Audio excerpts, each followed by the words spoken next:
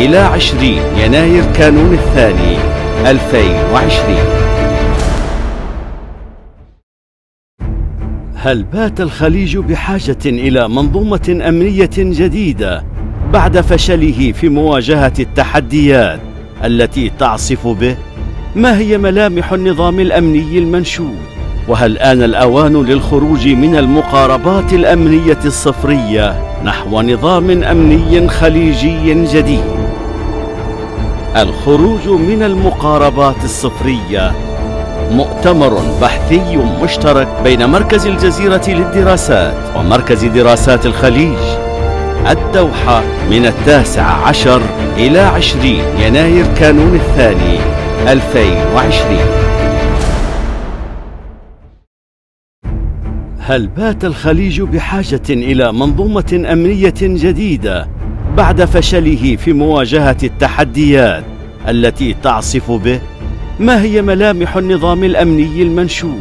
وهل آن الأوان للخروج من المقاربات الأمنية الصفرية نحو نظام أمني خليجي جديد؟ الخروج من المقاربات الصفرية مؤتمر بحثي مشترك بين مركز الجزيرة للدراسات ومركز دراسات الخليج، الدوحة، من 19 إلى 20 يناير كانون الثاني 2020. هل بات الخليج بحاجة إلى منظومة أمنية جديدة بعد فشله في مواجهة التحديات التي تعصف به؟ ما هي ملامح النظام الأمني المنشود؟ وهل آن الأوان للخروج من المقاربات الأمنية الصفرية نحو نظام أمني خليجي جديد؟ الخروج من المقاربات الصفرية مؤتمر بحثي مشترك بين مركز الجزيرة للدراسات ومركز دراسات الخليج، الدوحة، من 19 إلى 20 يناير كانون الثاني 2020. هل بات الخليج بحاجة إلى منظومة أمنية جديدة بعد فشله في مواجهة التحديات التي تعصف به؟ ما هي ملامح النظام الأمني المنشود؟ وهل آن الأوان للخروج من المقاربات أمنية جديدة بعد فشله في مواجهة التحديات التي تعصف به؟ ما هي ملامح النظام الأمني المنشود؟ الحضور الكريم، وهل آن الأوان للخروج من المقاربات الأمنية الصفرية وأسعد الله أوقاتكم نحو بكل نظام خير. أمني خليجي جديد. يأتي انعقاد هذا المؤتمر نحو نظام أمني خليجي جديد، الخروج من المقاربات الصفرية، في وقت تشهد فيه منطقة الخليج توترا شديدا، وقد كنا قبل أيام على شفا حرب لو اندلعت لكان لها تأثيرات كبيرة وخطيرة سواء على المستوى الأمني، الاقتصادي، العسكري، ليس فقط على منطقة الخليج بل على منطقة الشرق الأوسط إن لم تكن دول العالم الأخرى. يأتي انعقاد هذا المؤتمر على مدار يومين بالشراكة بين مركز الجزيرة للدراسات Jazeera Center for Studies and the Gulf Studies Center at Qatar University. It discusses a number of issues that regard to the Gulf regime and its position in the world order and many other issues that will be discussed over 2 days in the presence of an elite analysts and academia to explore the upcoming stage in this region. We are also delighted to open this conference with opening remarks from Dr. Hassan al-Dirham, Gulf University President.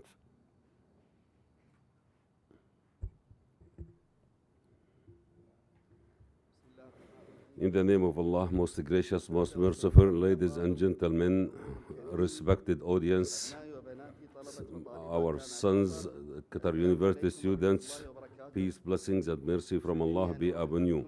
I am delighted to welcome you to this conference towards a new Gulf regime, abandoning the zero approaches organized by the Gulf Study Centers in cooperation with Al Jazeera Center for Studies. I would like to welcome our guests who are coming beyond Qatar or from within Qatar Also, I would like to welcome the Qatar University students. I do appreciate I do appreciate this cooperation between the Al Jazeera Center for Studies, whom we share the vision on the importance of thorough discussion for the issues that will increase the production of knowledge and also analyzing the international and level. The Gulf the Gulf area is witnessing a high tension that reflects the failure of the new security arrangements and to achieve the stability and security. The Gulf security regime in the past failed to prevent the invasion of Kuwait by Iraq, and now it is unable to protect one of its members from an aggression by some of the GCC countries that was represented in the cyber attack against Qatar News Agency and the oppressive blockade on Qatar that prepared for this crisis. Now, please allow me just to put on the table, and you are a specialist for remarks from which there comes four questions come up, and the conference has to answer. First, this conference comes under a very main rubric towards a new Gulf regime. The question that is here on the whether this regime exists or not, so that we can move from one to a new system or to a new regime. Where was there a Gulf security system in the past or in the near past, and to see what has happened in 2017 against the cyber attack against the Qatar News Agency and the economic and political and security blockade on Qatar, which is ongoing.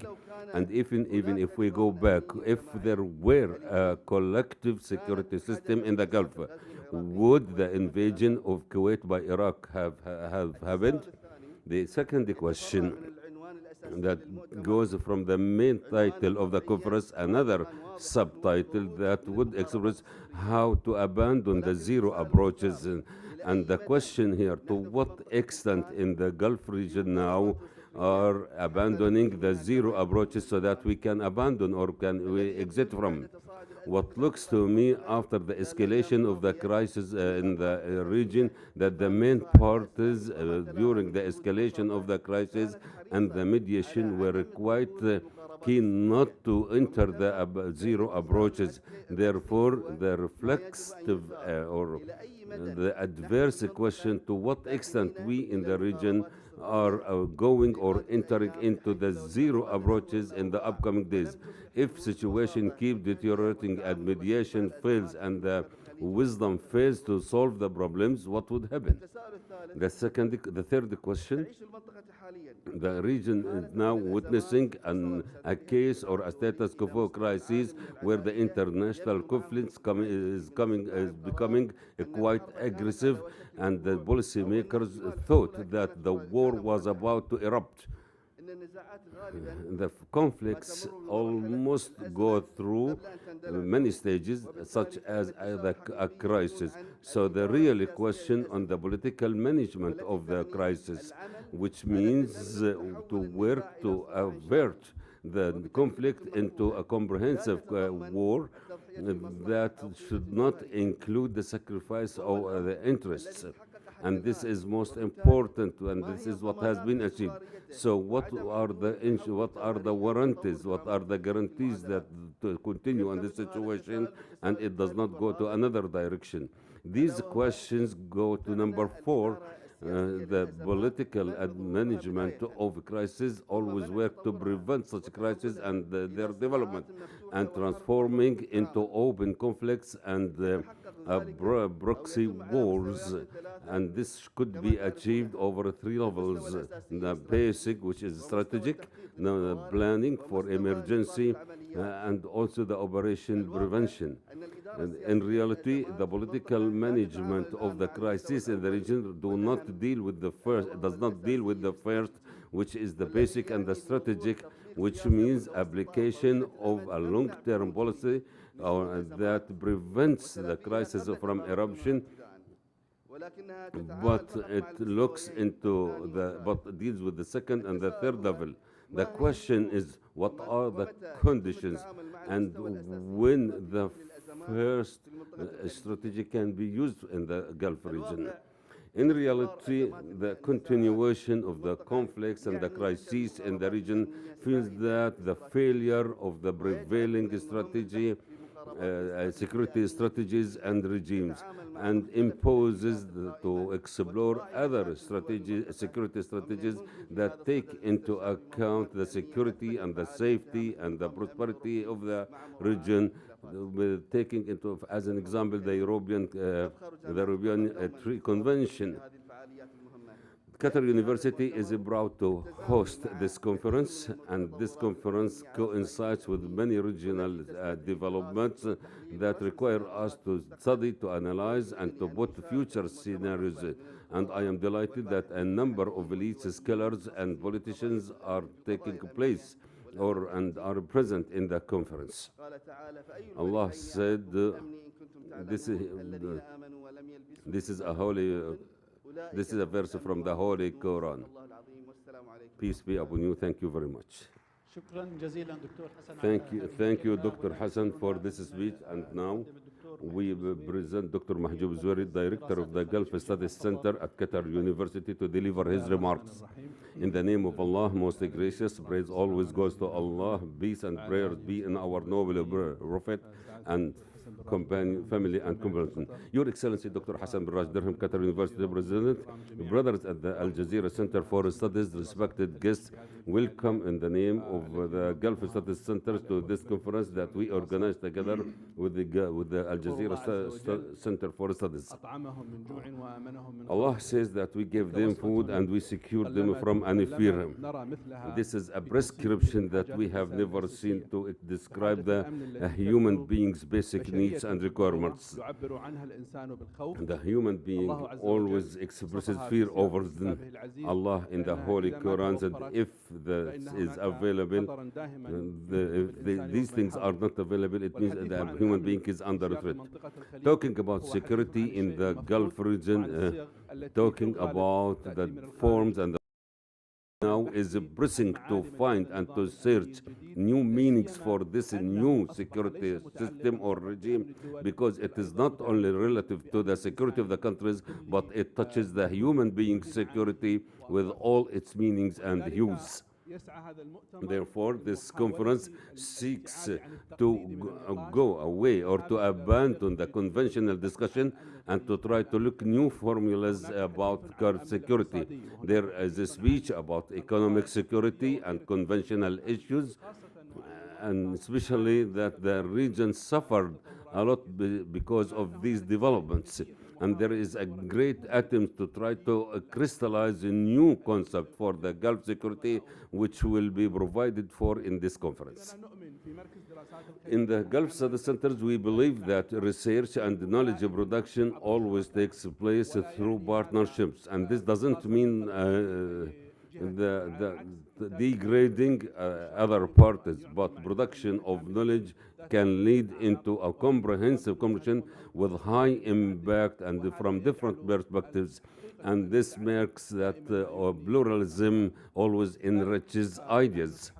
Therefore, we hope that this conference will be a beginning to a real discussion on the concept of the Gulf security, and the source of that should be the Gulf itself, and here at Qatar University and the Gulf Studies Center. In conclusion, those who do not thank people do not thank God. I would like to thank Dr. Hassan personally for supporting the organization of this conference, and Dr. Maryam Al-Maadid, Vice President for Research and Graduate Studies and the College of Arts and Sciences, and all other brothers at Qatar University, the External Relations Department, Public Relations Department, so that we can meet here this morning.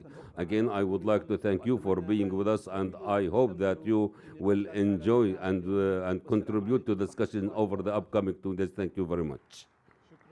جزيلا دكتور محمود. Thank you, Dr. Mahjoub, for these remarks. And now we invite Dr. Muhammad Al-Mukhtar Al-Khalil, Director of Al Jazeera Center for Studies, to deliver his remarks.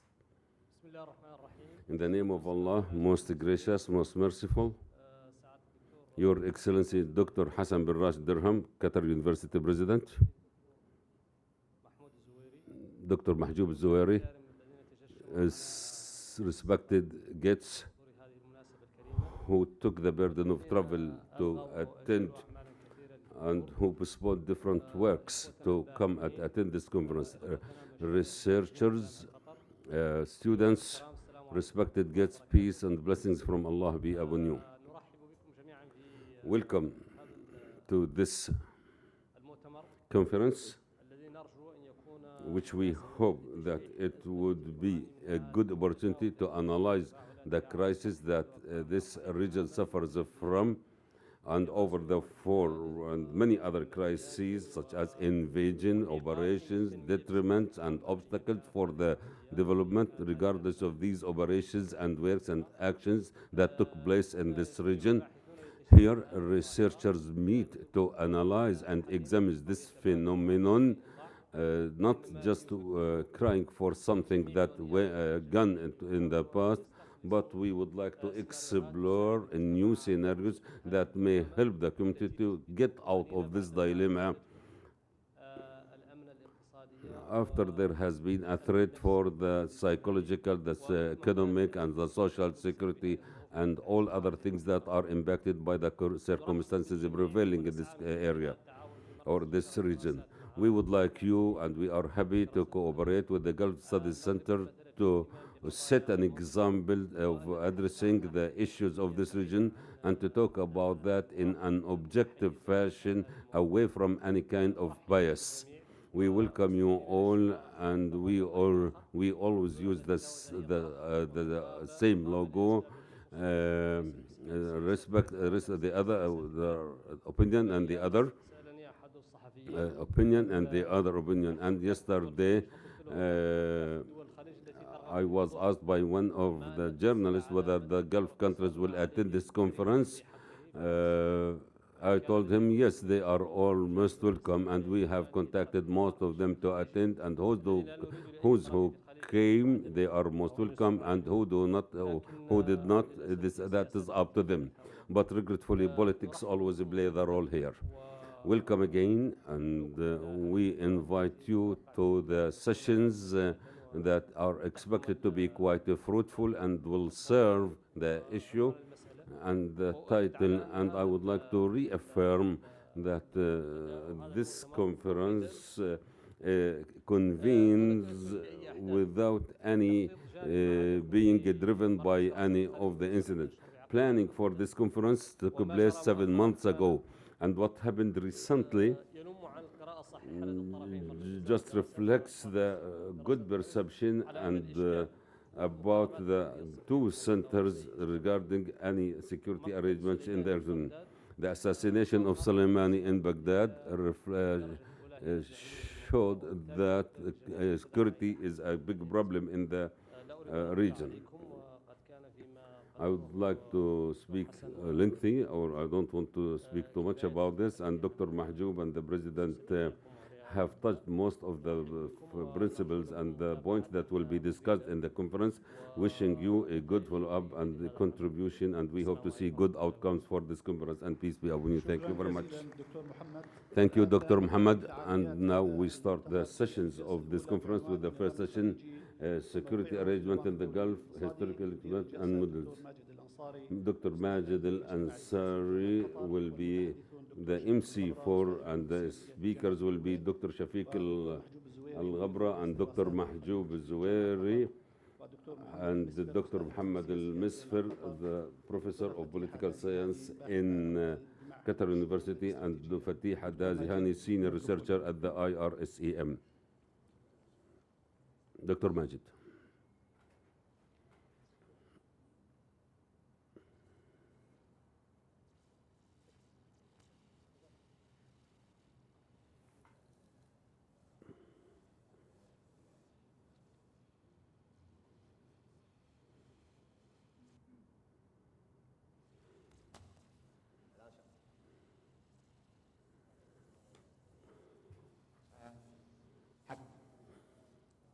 أمام موضوع we are before a topic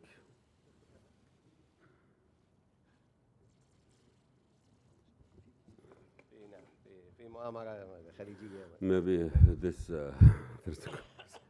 طيب بسم الله الرحمن الرحيم. in the name of Allah, most gracious, merciful, prayers be on our noble prophet, his family and companions. I reiterate our welcome to you all, and Mr. Arafat welcome the speakers. Just a short introduction about the position of the Gulf regime in the world, and we all know this about file. The region, the Gulf region was looked as an oasis of stability in a turbulent area. But today, the picture has become different, especially with the recent developments. There have been many question marks about the stability of this region. New scenes have been seen, such as the oil tankers war, the Iraqi invasion, the West and Eastern confrontation that abandoned the area ever since 1990. Now we see a different situation. What is the position of the Gulf today? It is quite different from the past.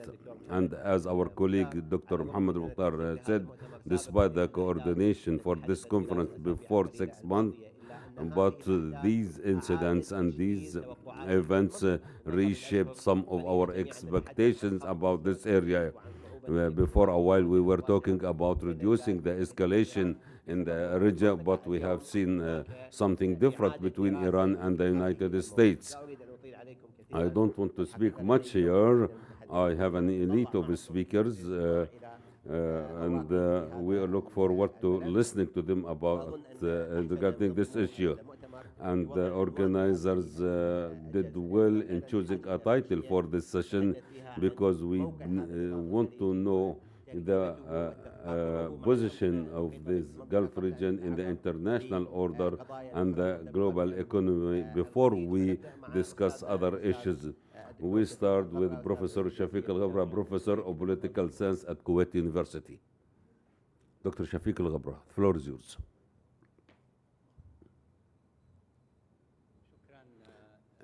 Thank you. And I would like to thank Qatar University and the centers for hosting me. I will immediately enter into the topic directly. Let's understand the status which is before us in the Gulf region, the nature of the many conflicts. Let's start with some history that I think that could be a good introduction for a status that we today live intensively. We cannot isolate the Gulf about the Arab case or the Arab status, and we cannot isolate the Gulf from the Islamic status or the world status quo, because the Gulf is a very important center for energy. It is a strategic center for energy, but it's not alone. Let's start with the events of the 11th of September that I think it has changed a lot of balances ever since that time. It has changed many balances, maybe for the interest of Iran or for favoring Iran or favoring Russia, China, but not for the interest of the United States. The reason behind that is the American reaction to the events of the 11th of September by invading Iraq and changing its regime and destructing and destroying the Iraqi state. As we see and read, it took maybe a systematic nature, and attacking Afghanistan. This liberated Iran from two main enemies, the Taliban on one side and Saddam Hussein on the other side, regardless of our opinion about these two regimes, whether you like them or not. This is a geostrategic situation. So Iraq, after 2003, has not been in balance with Iran, and that means many dimensions at the Gulf and the Arab levels. This opened the door for other dimensions, other politics or policies, Iran policies. After 2003, Saudi Arabia appeared with a new role in the region as a main and big country in the region, and this has opened some room before it. With the 2003 war against terrorism started, continued, and it is still going. And thus, in 2008, the big economic crisis shook the economy of the world and also the American economy, and it hit the trust and the confidence in many things that relate to the structure of this economy. The Arab Spring came in 2011, many things changes, and the Arab system was unable to deal with the Arab Spring to have a good reform. So the security system in the Arab world changed. So the scene has completely or had completely become different from 2003 till 2011. In my opinion, the United States felt its weakness because of its military commitments and engagement in more than one conflict. So it entered into these conflicts being the superpower that had been conqueror in the Cold War, and that was the opinion of the neoclassicals, and it had to prevent and to maintain that and to prevent from any power in the world to compete in the long term. This is the opinion of the new conservatives in the United States, and it went into the war in Iraq to Afghanistan with other kind of devolution. The Obama period witnessed repositioning, withdrawal, retreating. We don't have to military expand in everywhere. And the United States started a dialogue with Iran, the Iranian nuclear deal, repositioning that Obama discovered that the United States has no longer been that great power which used to be before 2003 or during the Cold War.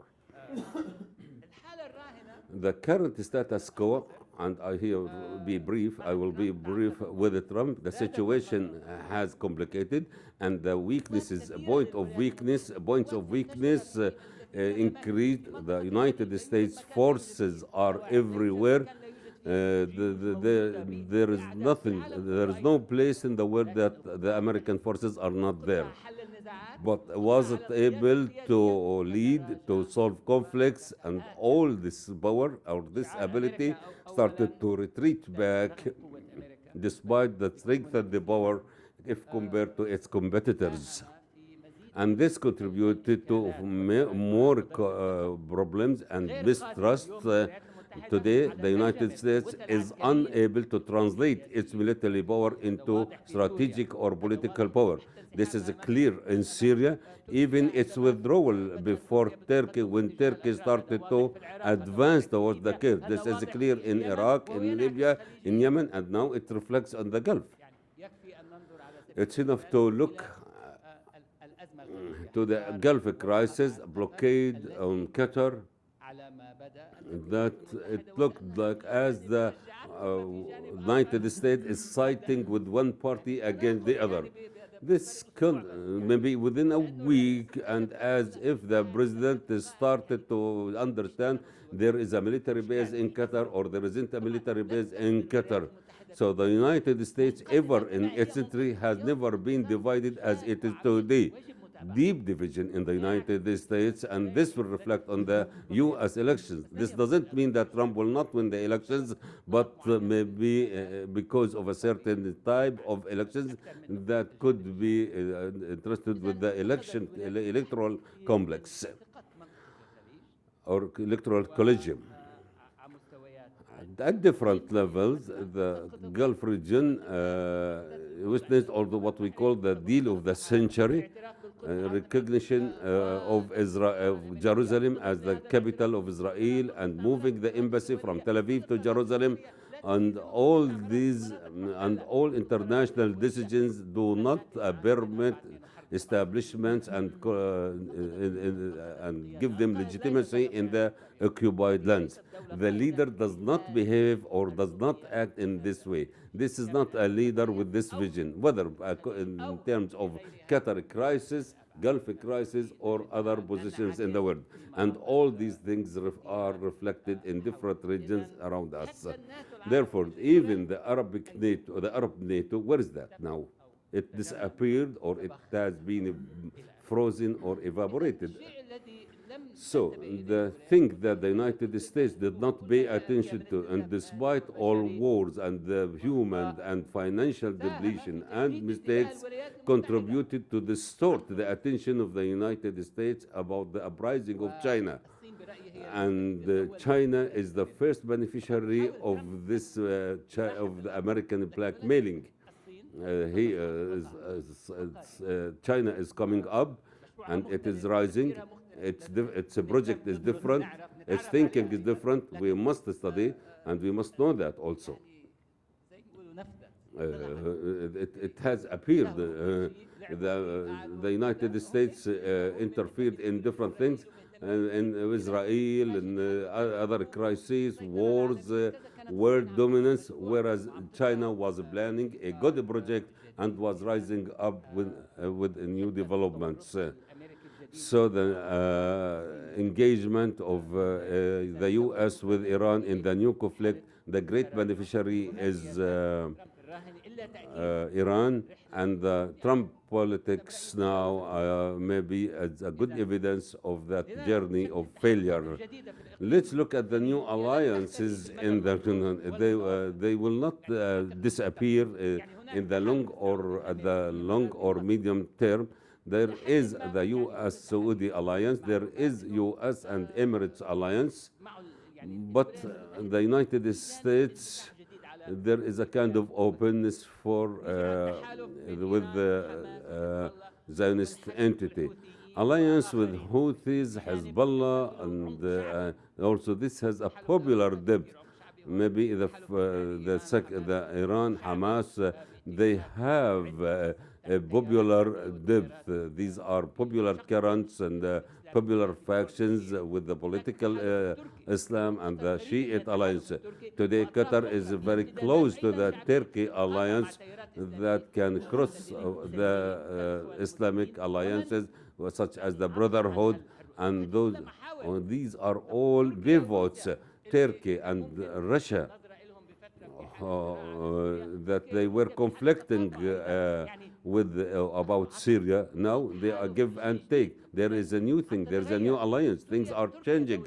Turkey is an upcoming country, and it is still influential, and NATO and the other things. And it takes weapons from Russia, or when the United States tried to impose something on Turkey, the United States used to say no.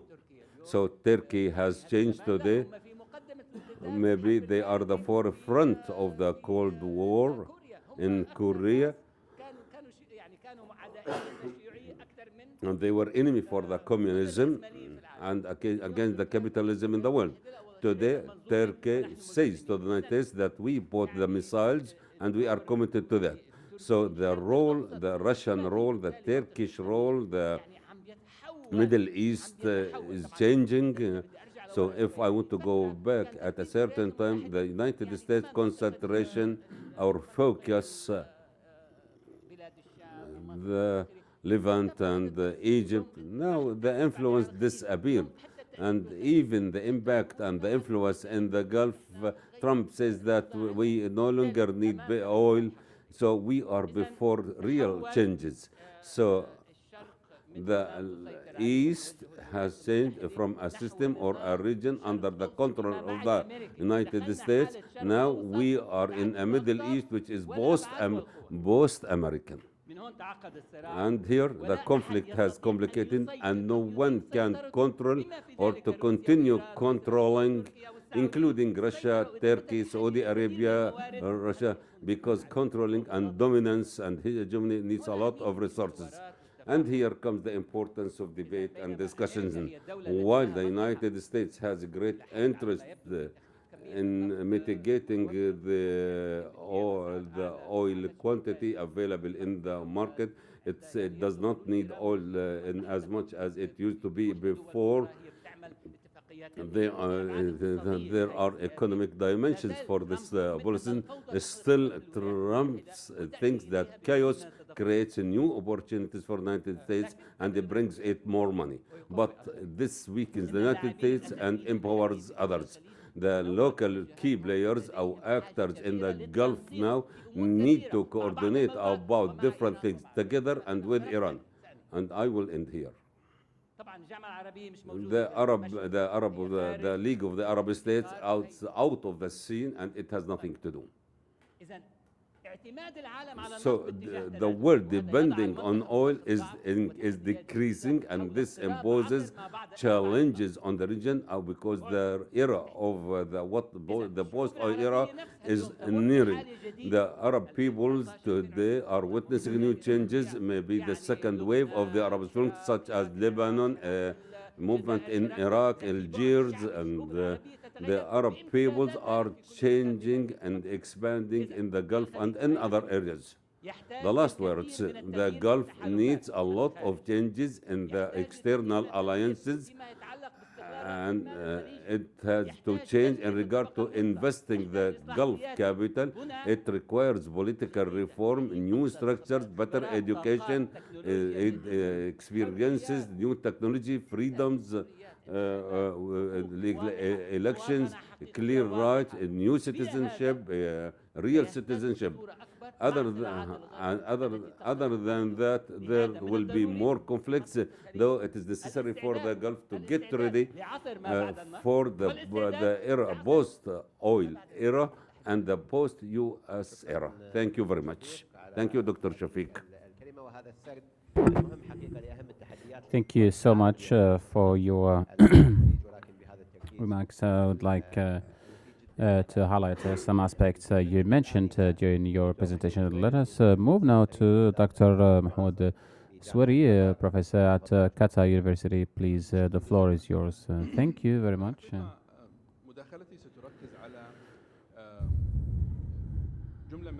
I want to talk about a number of issues,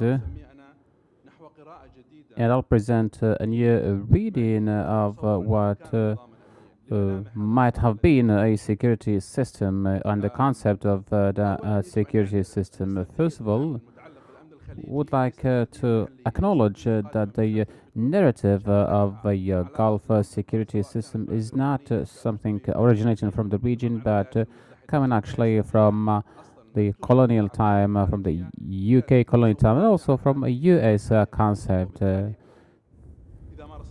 Therefore, if we want to go back to what has been published in this regard in English, it's actually a foreign narrative.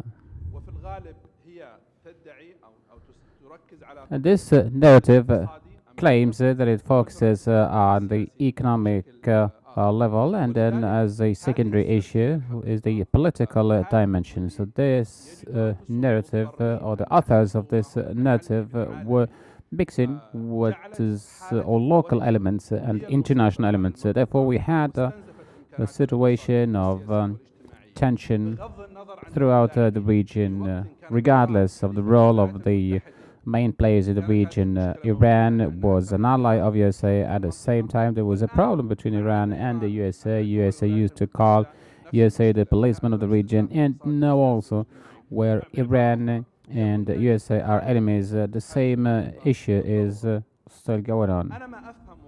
What I understand as a specialist, when we talk about the dimension of security system in the region, we talk here about the GCC system and also the geopolitics surrounding it. I mean here, Iran, Yemen, Iraq. Therefore, it's necessary to look at the metamorphoses and changes in the region. We had the the foundation of countries and the establishment of nations, and also the change or transition of these nations. Therefore, in the beginning, there was more focus on the stabilization of nations or countries at a social and economic level. Later on, we started seeing in, let's say, 1980, we started seeing the transition of nations and countries, and this explains the crisis in Yemen, Iraq, and Yemen. So I think we feel the echo of what's happening in all these countries. We feel it in the GCC countries. During the last decades of the previous millennium and the first two decades of this third millennium, we saw a number of challenges and threats in the region, very much related and evolving threats. And the first challenge was actually defining the source of threat. Actually, here in the GCC area, we don't know who is the enemy. We were surprised in 1990 by the invasion of Kuwait by an Arab neighbor, and this was something new in the Arab geopolitics. And in 2017, we saw a Gulf country blockading another neighboring country. So what the policy makers and decision makers, they don't know who is actually the enemy. Israel, USA, Iran, and so on. So therefore, this was the main challenge in the region here for establishing a GCC security system or security order. The other issue and challenge is actually the lack of political stability, the challenge of the Islamic Revolution in Iran, the communist challenge earlier, and all these challenges were not addressed as they should. So that was actually a kind of day-to-day business. It was a kind of minimizing the loss. And actually, you cannot say they have nothing to do with what's going on in Iran. Iran is very much close to GCC countries. And this is the second kind of changes which we have been seeing in the last 40 years. We spoke about the Iraqi-Iranian war, the invasion of Kuwait, and the collapse of political systems in the region in 2003, starting with Iraq and later on with the Arab Spring. And it was a kind of dominant effect, and that was really very costly. For example, the cost of the Iraqi war was more than $350 billion, and 1 million killed people, and around and also 500,000 injured. For the liberation of Kuwait, there was around $65 billion, and also many victims in Iraq throughout many years of embargo. So imagine if we have invested these sums of money and these financial resources in rebuilding the region. Imagine which impact we would have reached. And it didn't stop there. We moved to another kind of challenge, non-governmental players.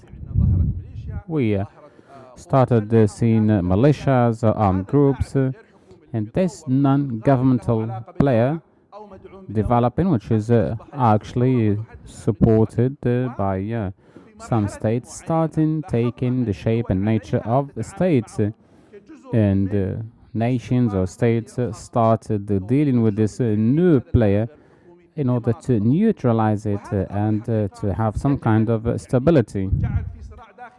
And therefore we started witnessing a new internal conflict because a lot of armed groups and militias are linked to some states and some countries.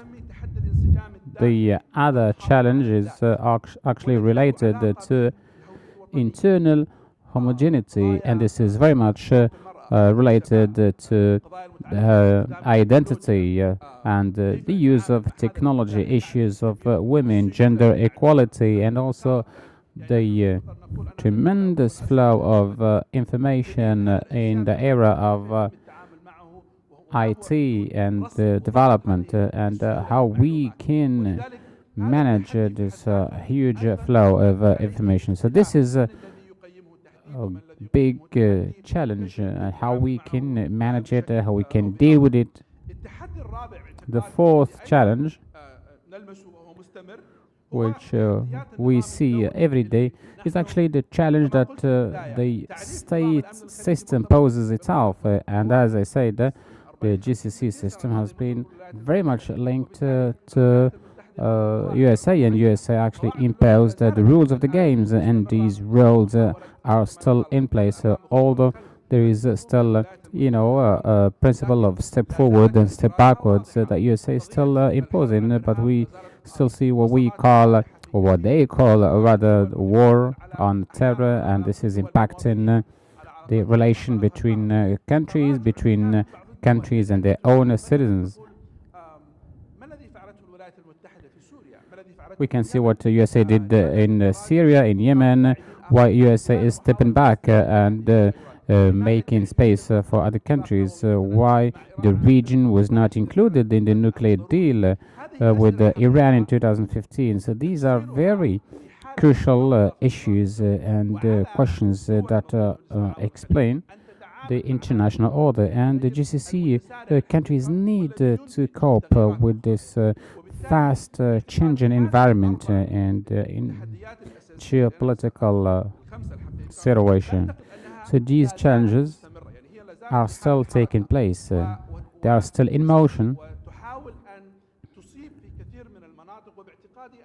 And these challenges are causing a lot of problems in the different countries. So without a collective effort to deal with this situation, I think that it would be difficult to establish GCC security order. And by the way, all equations and all efforts to say that weapons or arms gives you security and guarantees stability and peace, this is not true. It's not enough to have weapons and military capabilities. You'd need a strong narrative, more cooperation, more understanding. We need to understand our neighbors and to work together for a better life, a better future. How would you deal with the geopolitics? You cannot bring Mozambique as a country and put it in a GCC area, and you cannot take a country from the region and put it next to South Africa. So you need, for example, to talk to your neighbors. We have the EU. EU is a good example, but that's very much related to common values. So the EU was built on the basis of common values. So can we also have a similar system here in the GCC area, in the GCC region? This is an important question that we can maybe benefit a bit from the European order. Although there is a deep disagreement and difference between EU countries, but the system is still functioning. I'd like to close with three aspects. The internal security related to formulating a security equation and strengthening the domestic front. This is very important to go over to the regional security, and the state needs to play this role in order to achieve this goal. And of course, the state needs to seek all possible alliances to reach this objective. Today, talking about GCC security without having stable countries, this is something impossible. I think what we need here is rather stability of the states according to the criteria of the 21st century. Without that, I don't think that we would have any kind of stability. Also, we need to talk about a common and collective security and safety in the GCC area. And I think everyone here needs to think out of the box and to go over to some, security arrangements fulfilling the needs of the populations of the region. Thank you so much. الدكتور على هذا الطرح الممنهج. وننتقل إلى الأستاذ الدكتور محمد مسفر أستاذ علوم السياسة. We move now to Dr. Muhammad Al Masfar, professor of political sciences here at the University of Qatar. بسم الله الرحمن الرحيم. ما أرانا إلا أن نردد قولا قد قيل من قبلنا مكتوبا. I think that what we are doing now is just repeating what has been said long ago. قبل الميلاد إلى تاريخ اليوم ونحن نتحدث عن أمن هذا So we've been all the time talking about the security of the region since early history. It's many centuries ago we've been talking about safety and security in the Gulf region. First of all, thank you, Mr. Chairman, for giving me the floor. So allow me to speak slower. عنه هو محور النظام الإقليمي. So we are talking about regional order and its position in the new international order. There is a question that was posed by the president of Qatar University. He asked some of these questions. هناك في الخليج العربي Do we have in the GCC area عليه what we might call النظام بمدلولها العلمي. a order or political order? إذا افترضنا أن هناك نظام If we suppose that there is an order in the region, what are the dimensions and the criteria and also the institutions of this order, the GCC order?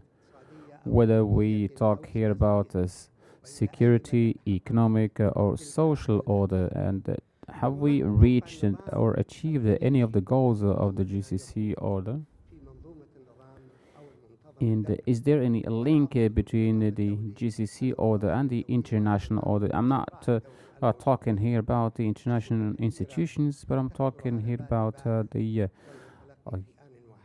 competition and the battle at the international level. So I don't want to go into endless definitions of different types and kinds of orders and political systems. I'd like to go over all this and to move to talk about GCC alliances that can guarantee and guarantee the security of GCC area. So what did we achieve through these alliances? The financial resources we mobilized, did we achieve anything through this huge investment? So these are some of the questions that we need to ask. مستغربا أو علما جديدا وإنما هو كما قلت مقرر. And as I said, this is nothing new. This has been repeatedly said. The first security alliance in the region was the GCC alliance, العسكري درع الجزيرة. and the military alliance is what we call the Al Jazeera Shield. What have we achieved through this alliance? Whether in previous situations or current situations, what did we achieve through Al Jazeera Shield? Of course, there are a lot of question marks around this alliance. What has been achieved actually is it was used to curb the popular revolution in Bahrain during the Arab Spring, and Al Jazeera Shield was not represented by all its members, but only some or few members of this alliance were present in Bahrain. And also there was a talk about a missile system with in order to intercept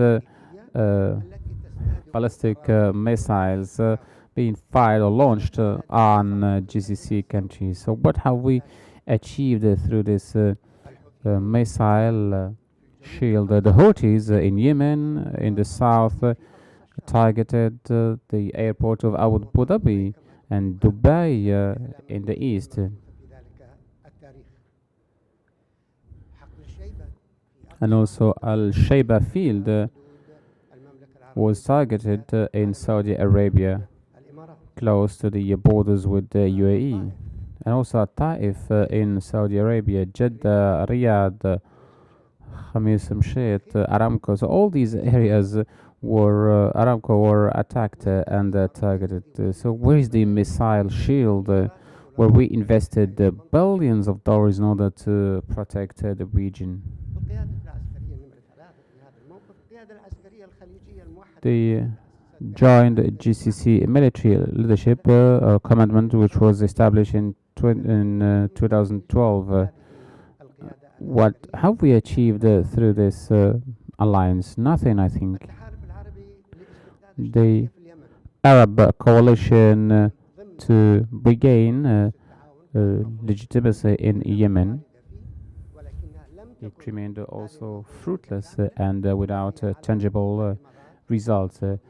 At the end of the day, we had three countries there in Yemen: UAE, Saudi Arabia, and Bahrain. ماذا قدمت هذه التحالفات What have we achieved through all these alliances الولايات المتحدة and also the recent 7 دول alliance under the leadership of USA with membership of الأمريكية وبريطانيا 7 countries with Australia, UK, Albania, and المجال الجغرافي لهذه القوة تنتشر في مياه الخليج العربي this alliance is present in Hormuz, the Sea of Oman, and Bab al-Mandab in the Red Sea. الخارطة الموجودة And الدوائر you الحمراء can see some red circles on the map. هذا التشريع الأمريكي الخليجي المجال الجغرافي في هذه القوة. So the geographical space of this alliance actually is broad, and the main objective is to secure the maritime corridors shown on the map, and also to protect oil tankers crossing the region. What happened as some of the oil tankers were targeted close to the territorial waters of UAE in the eastern region in the Sea of Oman. There was no response, there was no reaction. Germany had, of course, reserves with regard to establishing this alliance suggested by USA. UK suggested another alliance with the same mission but in the GCC area, and Germany rejected this idea, and France also excluded itself from such military alliances. GCC countries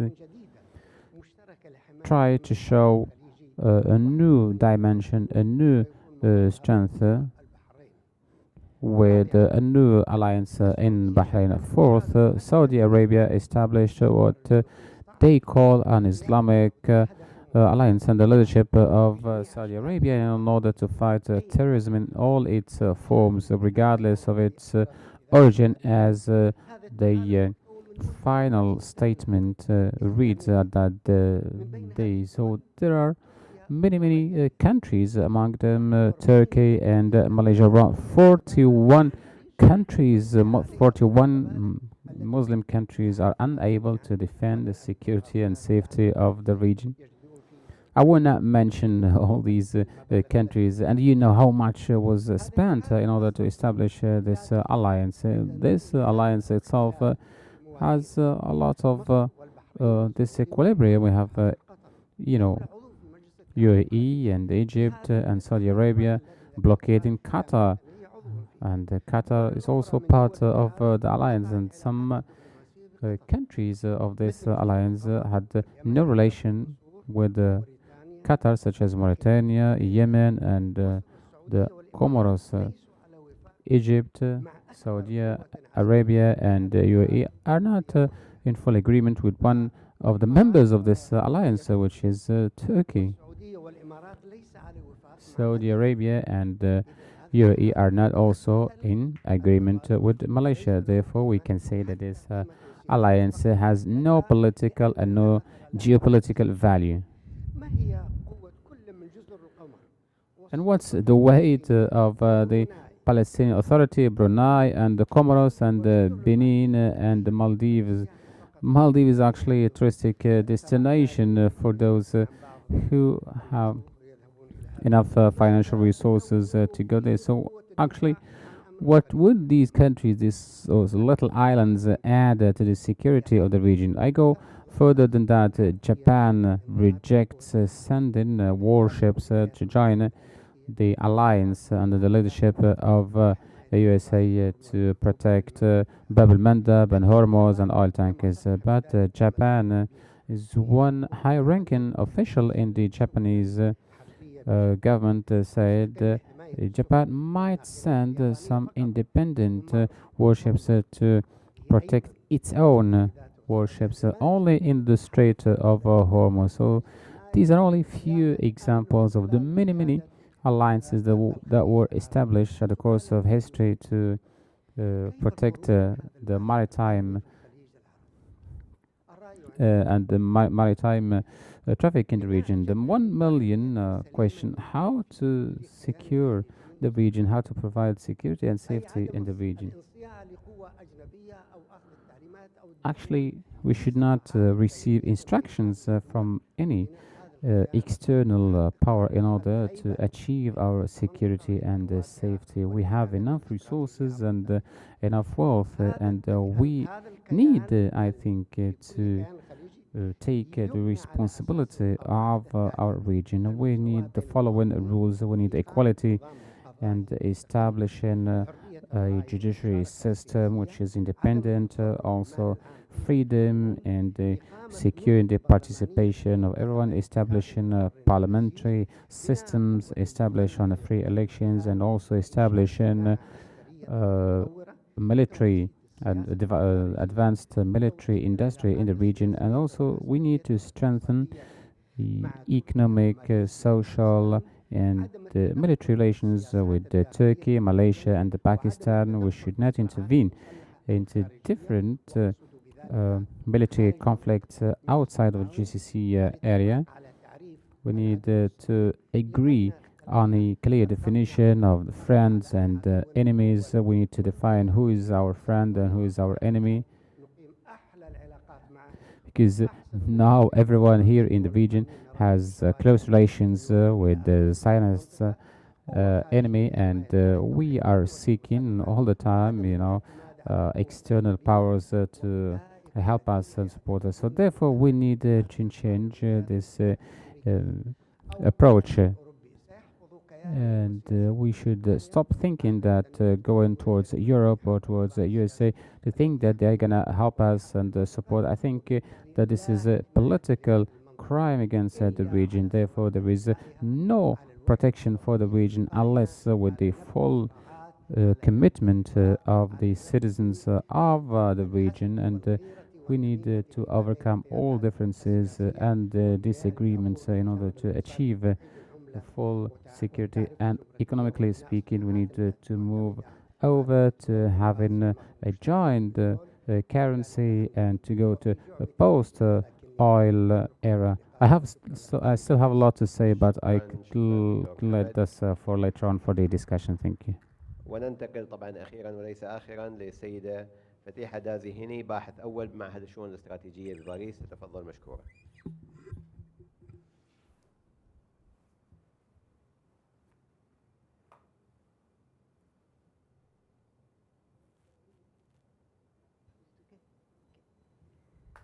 اوكي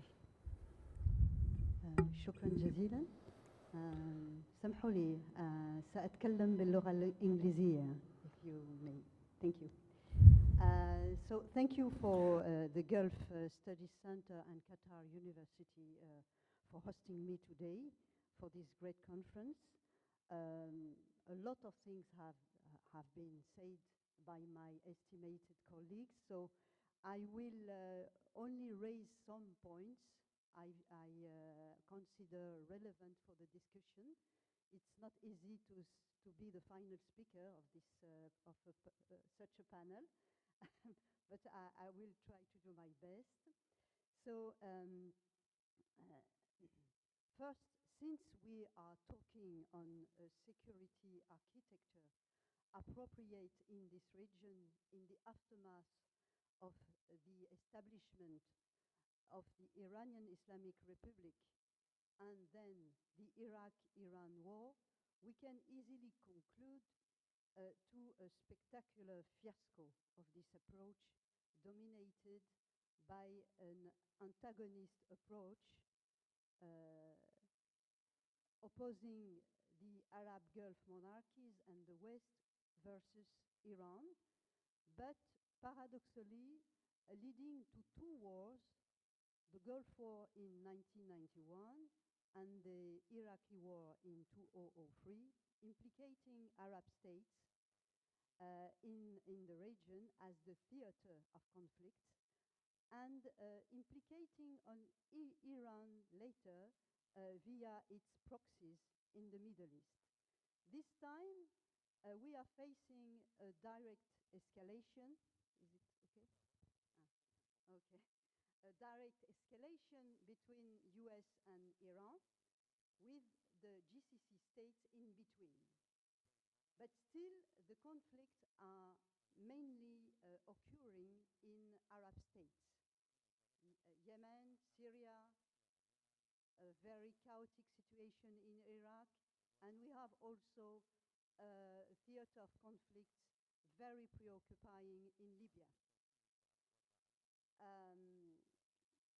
And of course, not speaking of the Palestinian issue, that is totally out of the scope.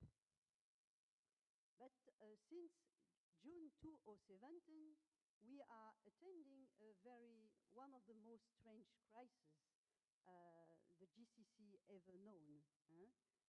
Since I study this region more than 20 years, I was struck by this crisis with the growing antagonist nationalist narrative between GCC states, especially UAE, Saudi Arabia, and Qatar on the other side.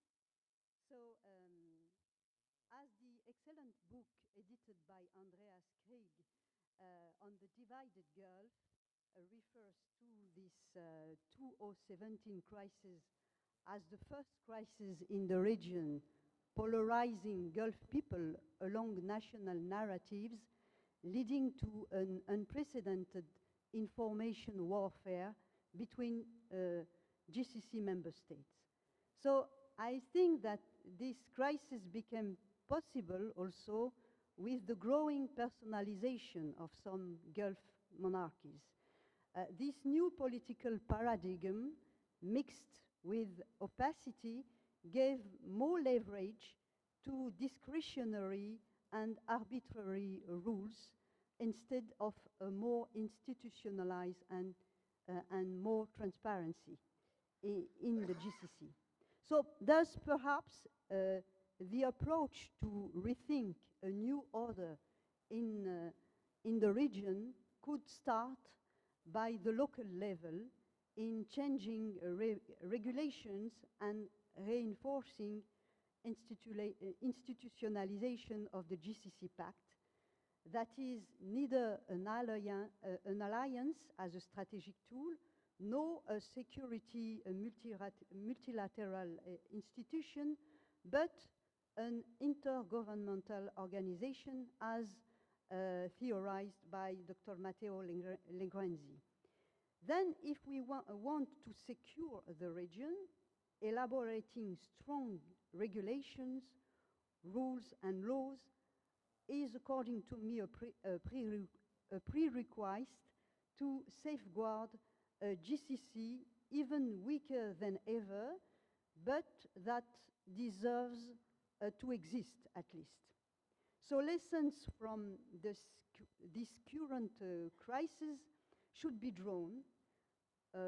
For example, for me as a researcher coming from France, I don't find very normal for a general secretary of such an institution not to be tasked to mediate in case of a crisis that comes among member states. And it's exactly what it has occurred during this Gulf crisis in 2017, since 2017. Fortunately, the good willingness of the state of Kuwait contributed a lot to avoid a darker scenario.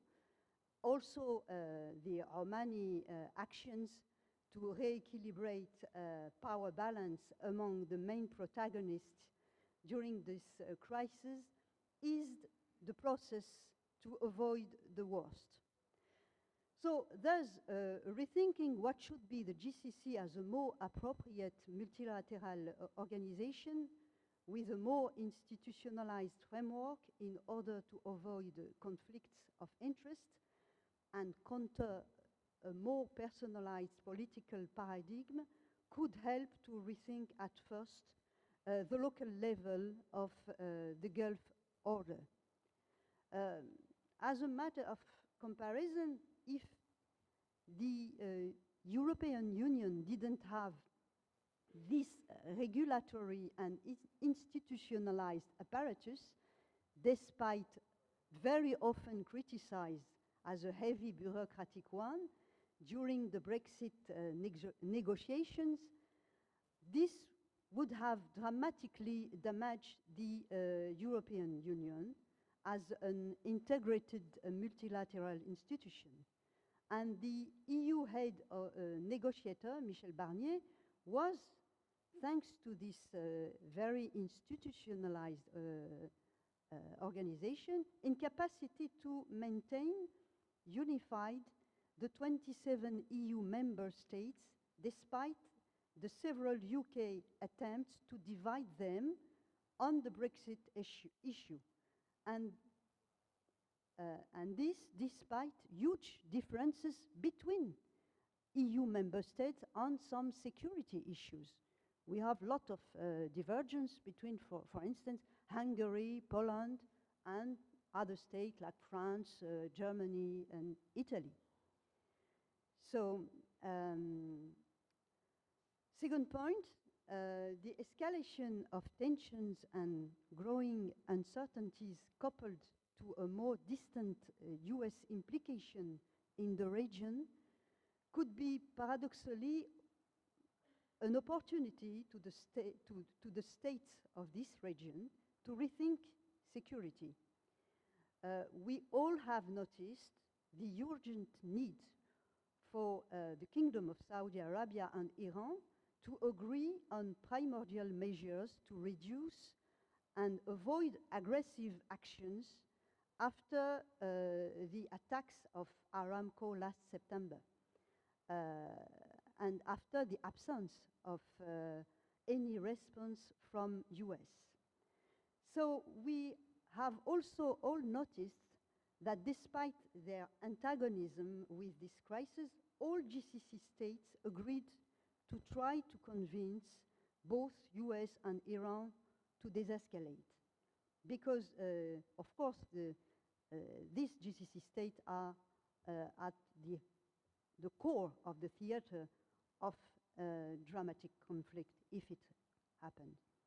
Thus, instead of relying on external protection, only external protection for their security, GCC states could begin to establish with all their neighbors, Iran, Iraq, Yemen, a dialogue in order to elaborate priorities of mutual non-aggression actions as a first step to build measures of confidence to try to reshape a new order differently. Of course, they can't afford to exclude external protection, but they can't rely on this external protection. We see that today US is not willing to guarantee the protections of these GCC states. So there are examples in the world to shape such a new model to cooperate and deliver security from some Asian approaches to more sophisticated ones in Europe, such as the OSCE. It could be an example. Nevertheless, we are living in a world where global powers, and among them US, the first one, does not act as protector of multipolarity in order to maintain the rules of international law, and the fact that many states in the Middle East act also according arbitrary rules do not help to frame an alternative security order in that region. The last month, I attended the Doha Forum, and the topic was precisely dealing on how to reimagine governance in a multipolar world. 1 minute, please. Yes, and I'm concluding. And one of the conclusions of a panelist speaking on US-China relations and the future of the rules-based international system was to assume that small and medium states must try to keep determined in multipolarity with maintaining the rules of international law because of the main trust deficit of the global powers as protector of multipolarity. And he gave the example of the creation of the TPP that came from 4 small states. So things are different in the Gulf, but I think that a new order in that region may have to come from the reinvention of the GCC first. This could likely occur in fear of aggravation of tensions and trust deficit of the US protection. Thus, even if uncertainty and escalation are high, this very dark vision of insecurity could paradoxically give birth to another long-term process based on consultation and dialogue, even if differences will still remain, at least at the regional level. But to rethink a new order in the Gulf, it has to begin by rethinking the functioning of GCC that is currently moribund and weak, but geography imposes to GCC state a more rational and long-term vision of the regional security system. Thank you. شكرا يا دكتورة. والآن نفتح الباب للأسئلة والمداخلات. أهيب بالسيدات والسادة جميعا. I do urge you to be as brief as possible so that we can take as many speakers as possible. We will take one from left and one from right. We start from the right. Comments from the floor. Doctor.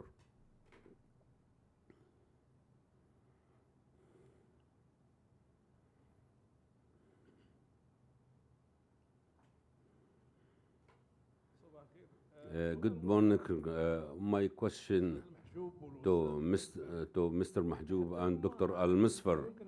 You talked about what we can call the general security framework that could be structured about the Gulf security. Can we say that it is an organic security system that is pure Gulf structure, or we are still before the dilemma of an Orientalist Gulf security, depending on a European or a US perception that can be imported, that could be negotiated and under maneuvering between and bargaining between Gulf leaders and Western leaders? Good morning. My question is directly to the Dr. Shafiq Al-Ghabra and Dr. Mahjoub.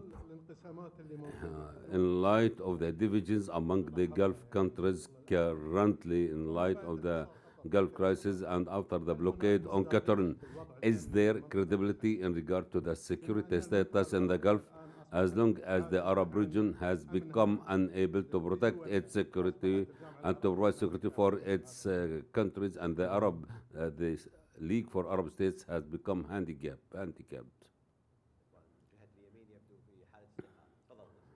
Doctor?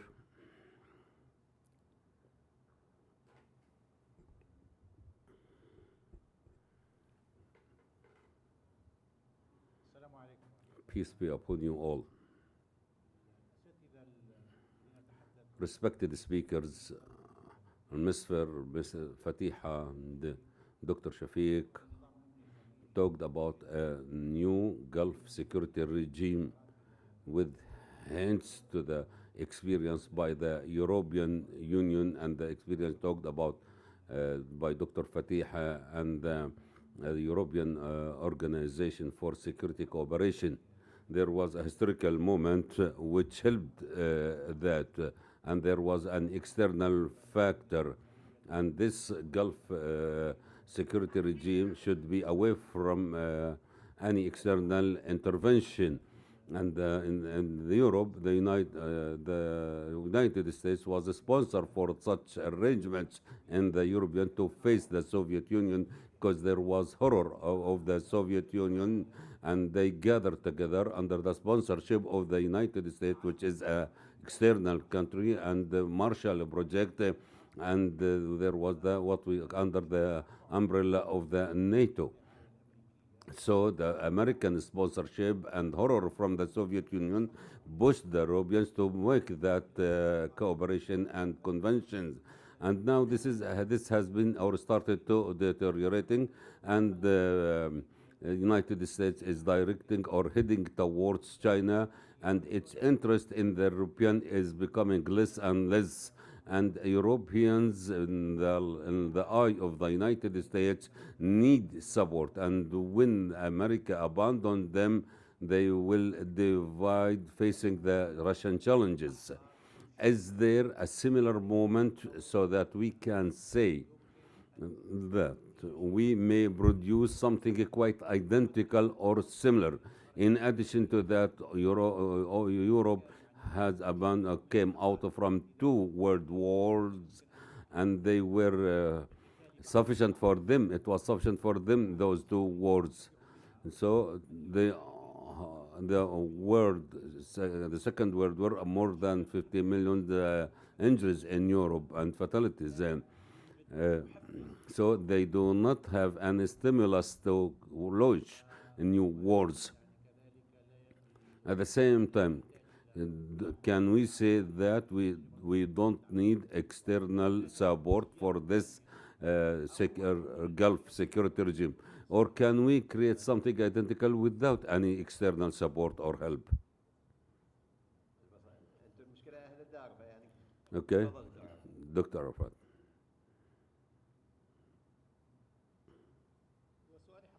My question, we wish to have an integrated Gulf security regime that would protect all the peoples with their potential. And after the crisis that this region suffered from, would there be, or is it possible to have a Gulf security regime? Are there any potential for that security regime?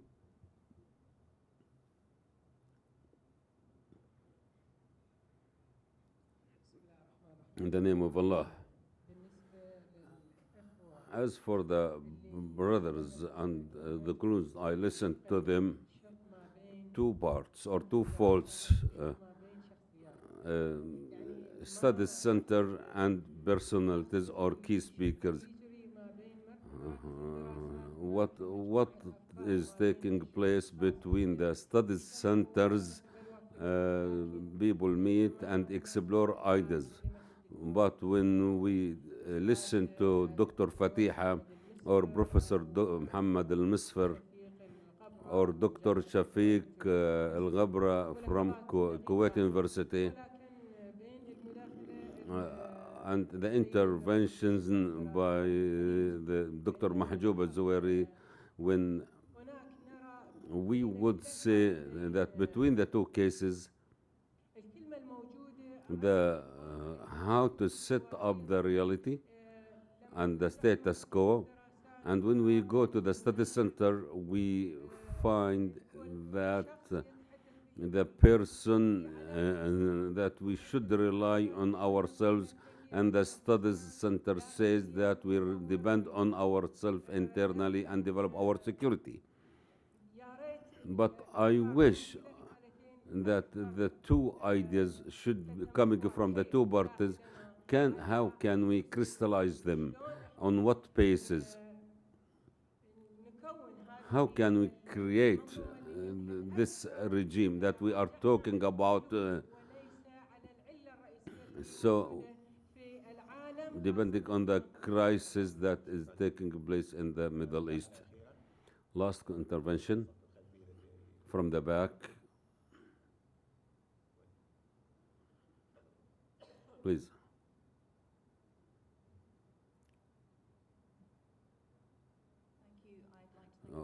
أود أن أشكركم جميعا على.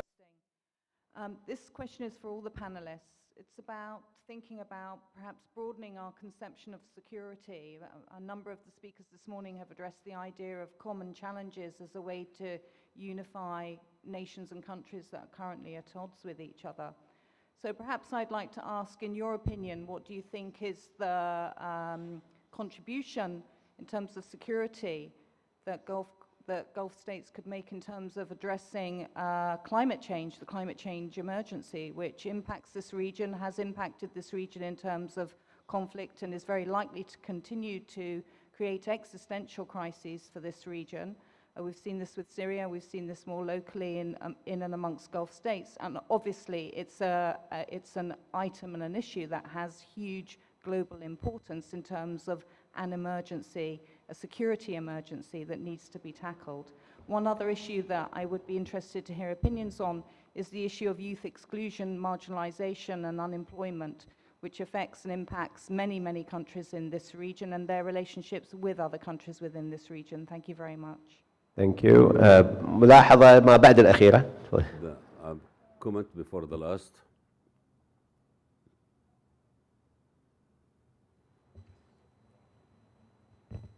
I would like to stress أود after أن the أؤكد disengagement of the بعد Cold War, it was said that the big powers, in particular when the Americans became monopower, that what is next? Is it the green flag or the red flag? So it was mentioned the green flag, which is the Islamic flag. In this context, also the neocons, in particular Bush Jr., he mentioned Iraq is not the معركة مش الحرب يعني Iraq is not the war but the battle. So what they mentioned in their papers after Iraq, Syria, and there was a long list: Syria, Palestine, Somalia, Yemen, and so on. Therefore, with the contextualization of the Gulf, how do you separate the Gulf from the rest of the Islamic world that the US have made it very clear, the green flag? Also, if the Arabism becomes weak, what about Islamism? So would it be probably possible to try the Islamic organization or conference instead of the Arab League? Thank you. Thank you very much. نعود الآن إلى المنصة ونعطي كل متحدث دقيقتين ليتفاعل مع ما طرح. نبدأ بالدكتور شفيق. When we start with Dr. شفيق. يعني تساؤلات كثيرة. Many questions, in fact, many inquiries. I tried to clarify in my speech that there are a number of pivots. I don't see these pivots will disappear. I see that the conflict is intense, and to analyze correctly, maybe there will be surprises and the unexpected, as other colleagues talked. All of a sudden there was the Iraqi invasion of Kuwait. All of a sudden there was Qatar blockade, assassination of Soleimani with an American strike. So this is a situation that continues. We must be ready that there are surprises on the way. Second, there are people who believe that they can change the Iranian regime, and I think that that regime will not be changed. Maybe some behavior, some conduct, but it will not be changed under pressure or sanctions. No sanctions can fail a regime. Maybe Venezuela would have disappeared, or so these sanctions unify communities, punish people, and relieve the elite, and the regime becomes stronger. So we are before open conflicts, and there are parties who think that they will be conquerors. And what are the results of the Yemen war? Is there a plan for reconstruction and rebuilding, or will be like Afghanistan? So we must be ready for the shocks, for surprises, for problems. And this means that each country must look for a way to secure its security by diversifying its relations, and if possible, if it can arrange its affairs. Therefore, here, the existence of the Turks in our region. This is the first time that that they are not Europeans, they are not Americans. So Trump's existence is an exploding factor.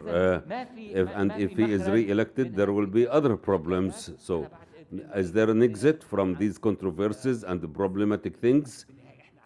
By the end of the day, the luxuriant state disappears. People are more aware. Arab world movements, they are looking for an exit, a way out. The only parties who do not have a framework, such like Iranians, like Turks.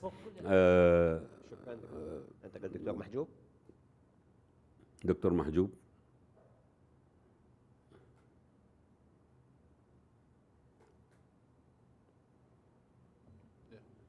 كالعادة Technology.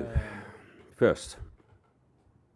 يعني لا شك بأنه Undoubtedly that the status quo over the past 40 years, when you talk about Gulf security, you are not talking something internal, but with external contributions and security arrangements. Some of them, these are known, some of these arrangements are not known. So on the foreseen future, I don't think that there is an organic security system. Maybe the minimum trust is not there for the concept of security. And this takes us to talk or to reply to the question, to answer the question regarding the credibility. And as you know, over the past years, despite the blockade on Qatar, the military and security systems were talking to each other at different levels. So the security concept that we are talking, there is no vision about the comprehensive security system, stability.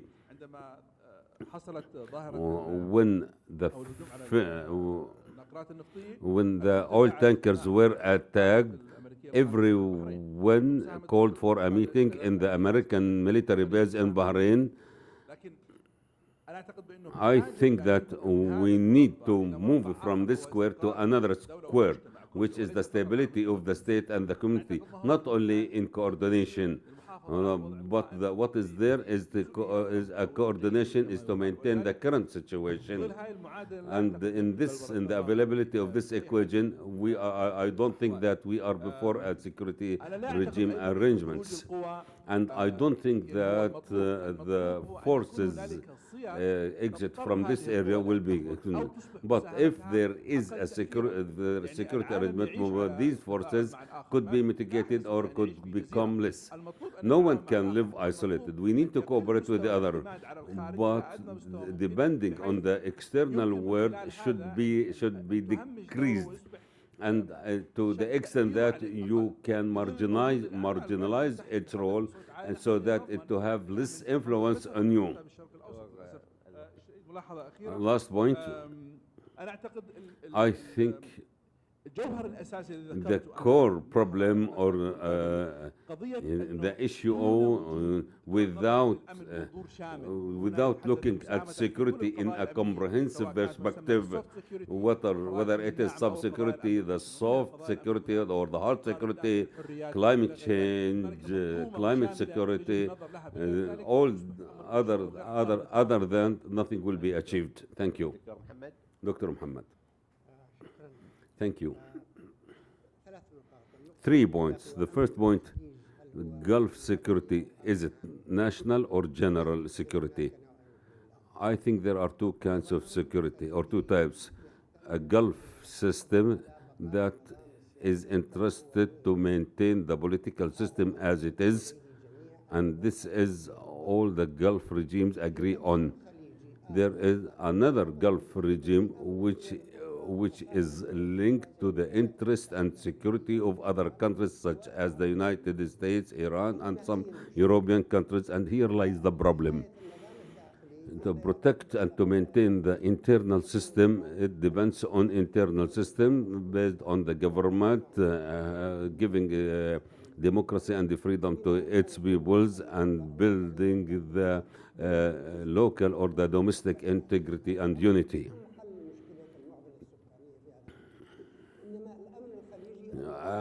As for the Gulf security, which is linked to the external forces or external parties, here is the problem. And sometimes here we are under pressure or something is imposed on us. And maybe Dr. Saad al-Faraj knows about that. France and Saudi Arabia took signing an agreement for rockets in the eastern region to protect Saudi Arabia from other forces. But the American rockets, what happened? What is new about them? So security is buying or purchasing the belonging of these countries. All Germans, Americans, Europeans are conflicting to obtain it, to protect and to have interests and to gain benefits from this region.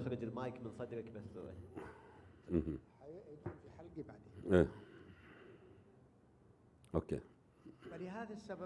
For this reason,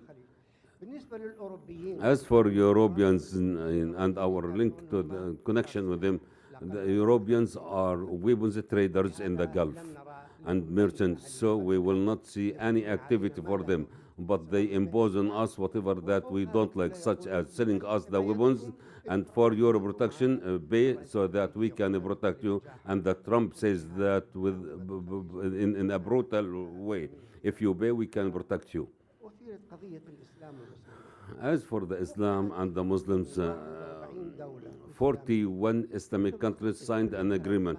Just nothing, nonsense. Well, they don't have any military power.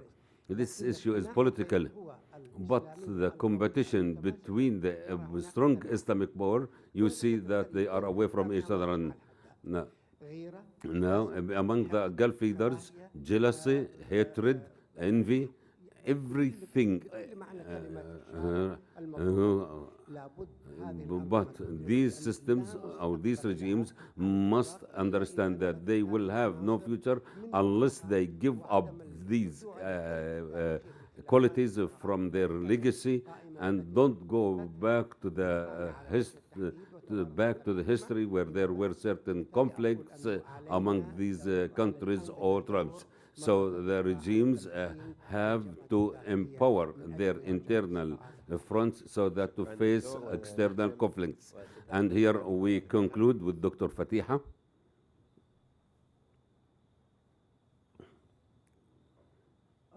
حسنا شكرا. بالنسبة the EU and GCC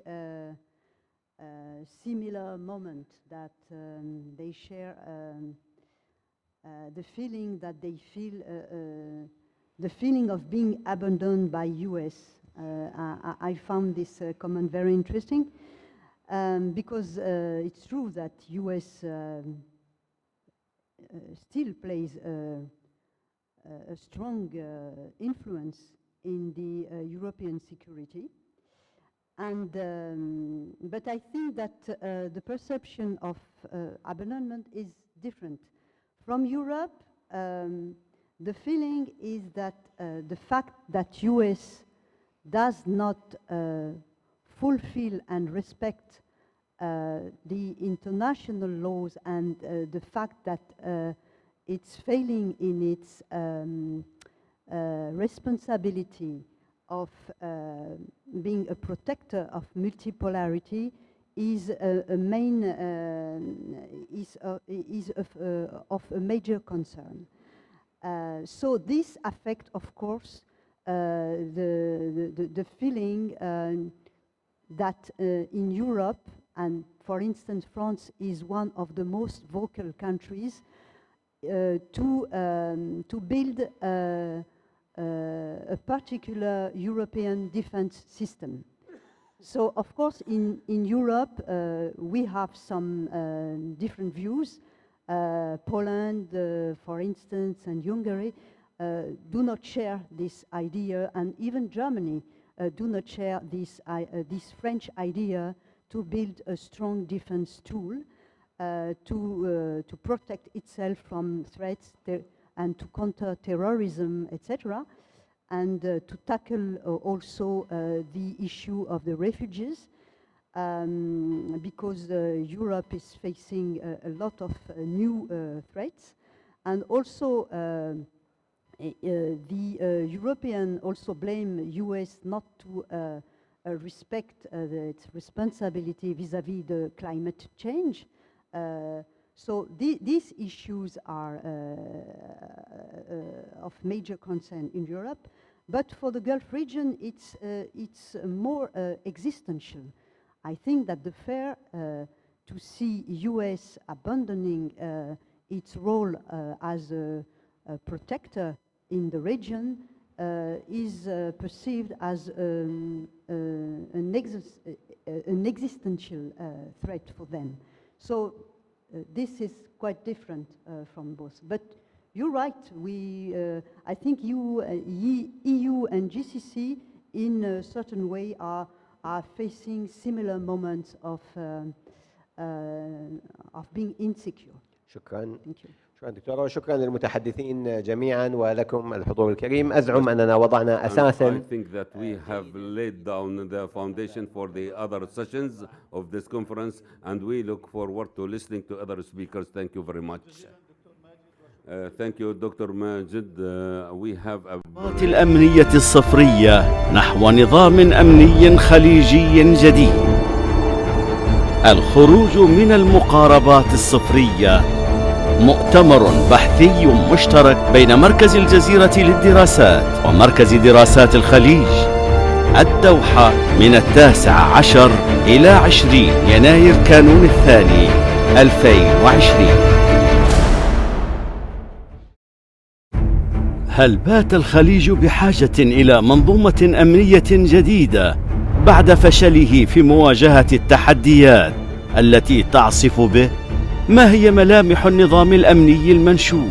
وهل آن الأوان للخروج من المقاربات الأمنية الصفرية نحو نظام أمني خليجي جديد؟ الخروج من المقاربات الصفرية، مؤتمر بحثي مشترك بين مركز الجزيرة للدراسات ومركز دراسات الخليج، الدوحة، من 19 إلى 20 يناير كانون الثاني 2020. هل بات الخليج بحاجة إلى منظومة أمنية جديدة بعد فشله في مواجهة التحديات التي تعصف به؟ ما هي ملامح النظام الأمني المنشود؟ وهل آن الأوان للخروج من المقاربات الأمنية الصفرية نحو نظام أمني خليجي جديد؟ الخروج من المقاربات الصفرية، مؤتمر